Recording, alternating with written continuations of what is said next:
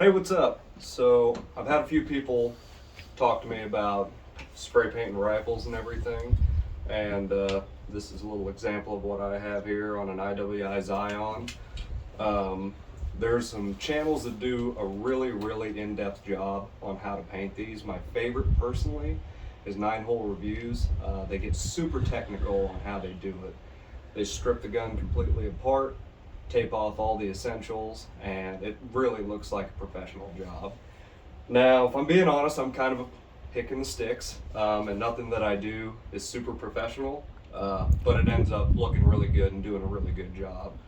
So what we plan on doing here is showing you my process on how I do it, even though there's 1,000 other videos on it. I really like the way I do mine. So stick around and I'll show you what I do. So what we have here is a longer Mark 18, has a little bit longer barrel, same Daniel Defense rail and everything.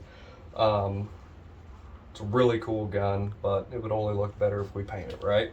So basically what I do, it's really fast, it's really quick, and everything has seemed to adhere from all the other paint jobs that I've done.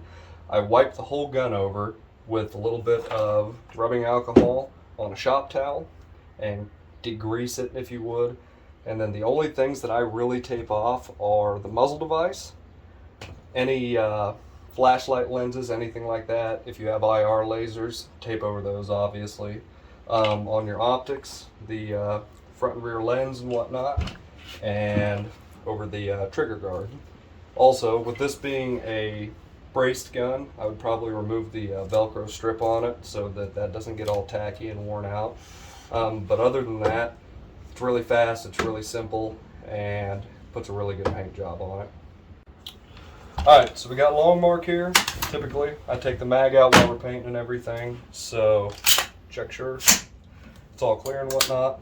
So right here is where I'm going to take the rubbing alcohol, and really, I mean, it's fast and simple. I'm not Vincent van Gogh, I'm not Picasso trying to make the most beautiful piece of art in the world. I just want it to be camouflaged. Also, things that I've noticed before, like on these Surefires and whatnot, sometimes whenever I pay a little bit more attention to those, because whenever I put that first coat of paint on it, sometimes they'll kind of bubble up, which will drive some people nuts. But I just make sure it's nice and clean, so it's not something that I have to worry about, and it'll typically go on really well.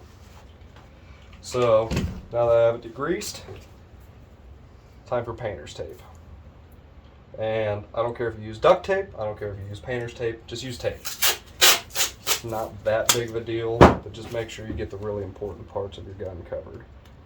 So I go a little bit back past the threads on these, wrap it around.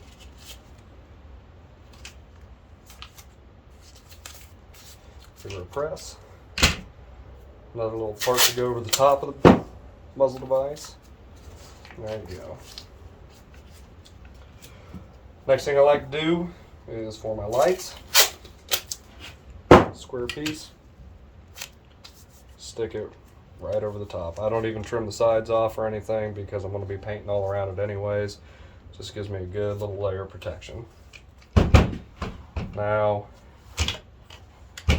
some people want to try and get inside the lens on your front and rear lens. I don't like the idea of paint getting on the lens itself. So just like the light, make sure it's firmly pressed around it. Let her eat.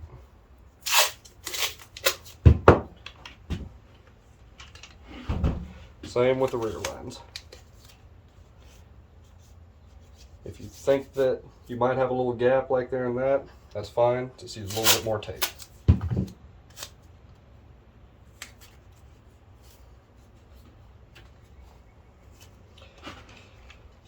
And the trigger guard, it's like anything in the world. I don't try to church it up too much, because if you're using these things, I mean, paint's going to chip and break away anyways. So I just want to make sure I don't actually get any in the trigger mechanism.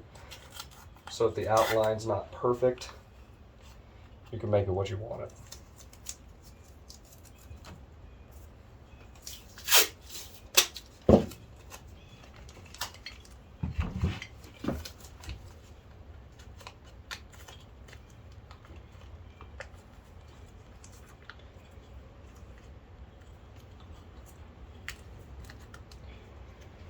There you go. Lastly, what I would do is I would take some more shop towels, carry off a good chunk of them.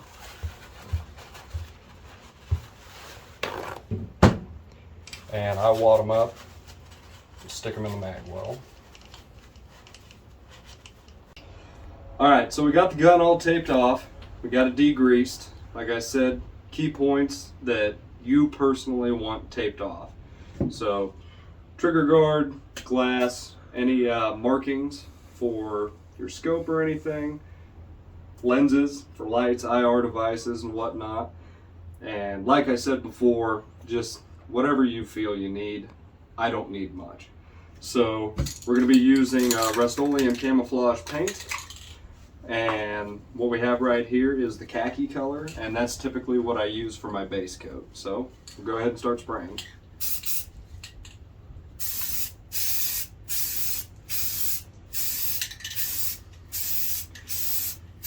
Me personally, I like long strokes. Does a good job. Make sure whenever you have like Picatinny, stuff like that, all these little cracks and crevices and whatnot, you get good coverage all around. You're going to have the top of the gun that'll need painted, the bottom of the gun. There's more things than you would imagine. So just be thorough with what you got.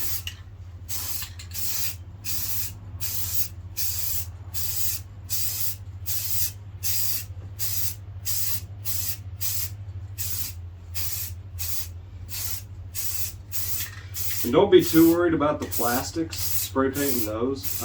Whenever I first started doing it, I was kind of worried that it would get real flaky and tacky in my hands. And it seems like a lot of the polymers on these guns now really absorb the paint really well. So don't be too terrible concerned about that. Seems to me like I have a little bit more trouble, honestly, just getting it to stick to metal as compared to plastic. So, go ahead, flip the gun around so I can get the bottom. And like I said, we're not Van Gogh here. So if you get a little bit of finger marks in it and stuff like that, don't sweat it.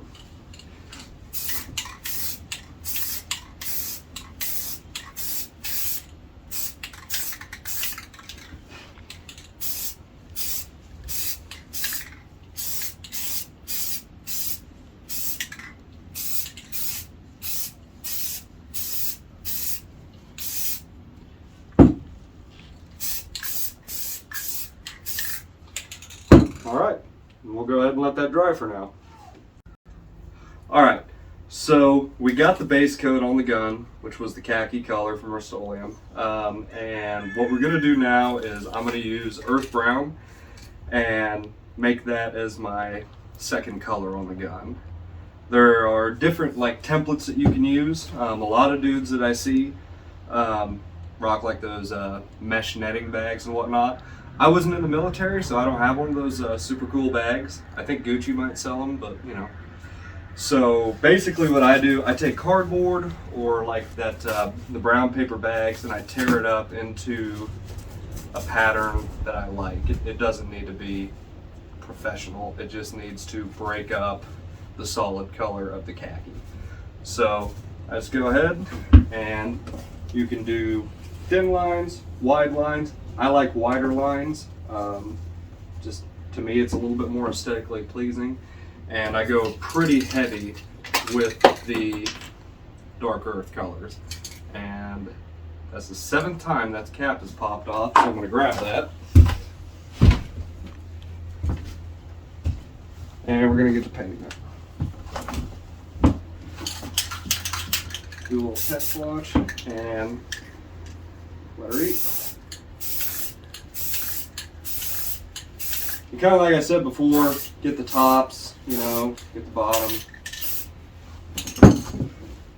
This part to me doesn't need to be super precision or anything like that. Just trying to break up the pattern a little bit.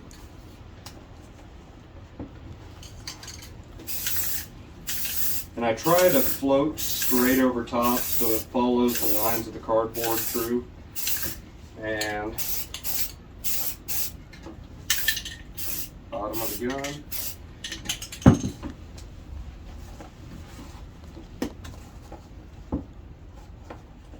Get you a big old bulky slash in the middle.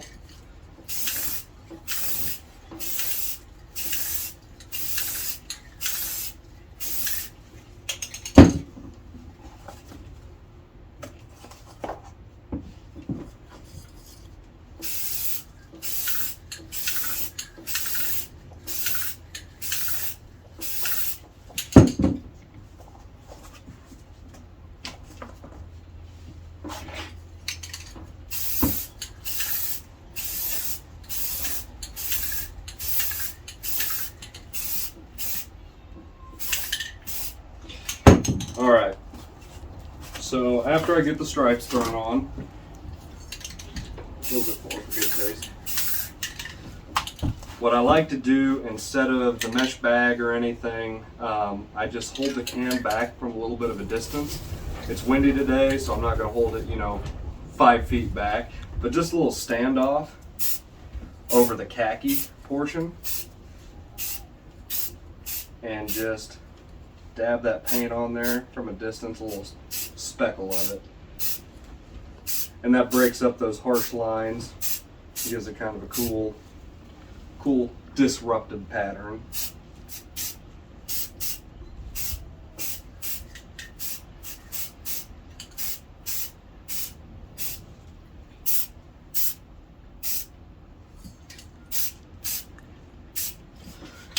And then, if you want, you can go back over the browns, and from that distance again, like before, you can break up the browns a little bit more, the earth brown, with khaki if you like to. Alright, so we got the gun painted up and everything. I think it ended up looking pretty good. Like I said before, it's super quick, it's super fast, and the best part about something like this, and I mean it's been said in other videos, but if you don't like it, you can paint over it again and do whatever camouflage pattern you like, use whatever stencil you like, and just experiment with it. Where we are, it's northeast Kansas, which isn't the flat part of Kansas.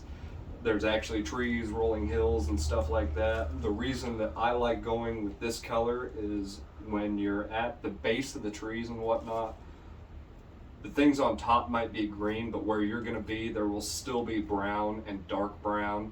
So your rifle's not going to stand out. Just make it savvy to your environment and go out and shoot the thing.